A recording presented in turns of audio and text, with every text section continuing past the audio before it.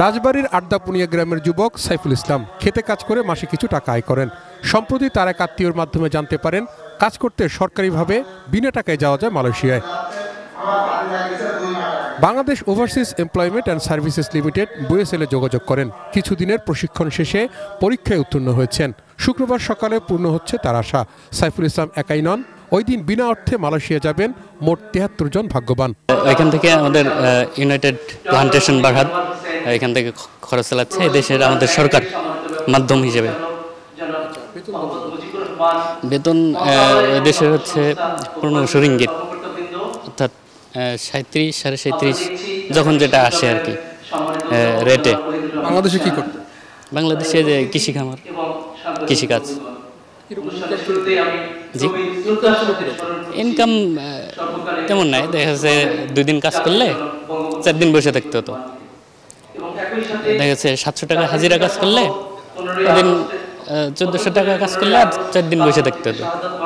তো আমার এখন মাসে ৪০-৫০-৫০-এর মতো আসবে, মানে ৫০-এর নিচে আর কি।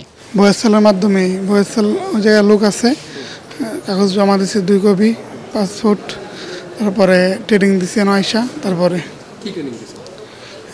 ২ দিন ট্রেনিং দিছিলাম আয়সা। কত টাকা লাগতেছে? টাকা পয়সা লাগে নাই, সব কোম্পানি বয়েসেল অফিস। চাষ করতাম, ধান, পাট, ভুট্টা, পানের বরজ আছে, এইসব চাষ করতাম। এখন কিভাবে এটা খোঁজ পেলেন? কত টাকা ব্যয় হচ্ছে, কিভাবে যাচ্ছে?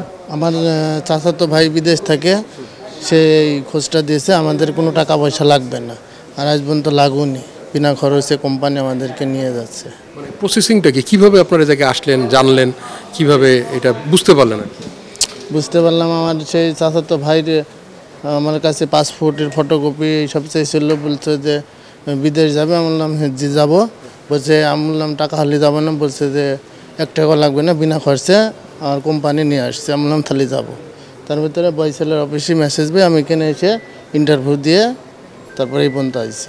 তবে এমন সুখবরের পরও মালয়েশিয়া শ্রমবাজার নিয়ে রয়েছে শঙ্কা। কোটা অনুযায়ী আগামী ৩১ মের পর মালয়েশিয়া প্রবেশের বাধ্যবাধকতা আরোপ করেছে সে দেশ। কি হবে তাহলে?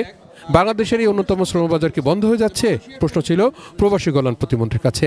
আবার খুলবে, আবার খোলার জন্য আমরা কাজ করতেছি, আমাদের মন্ত্রণালয় কাজ করতেছে, আমাদের সরকার প্রধান কাজ করতেছেন। আমরা মালয়েশিয়ার সাথে যোগাযোগ করতেছি, মালয়েশিয়া গভর্নমেন্টের সাথে যোগাযোগ হচ্ছে, এবং ইনশাল্লাহ বন্ধ হবে না, খোলা হবে এবং খোলা থাকবে।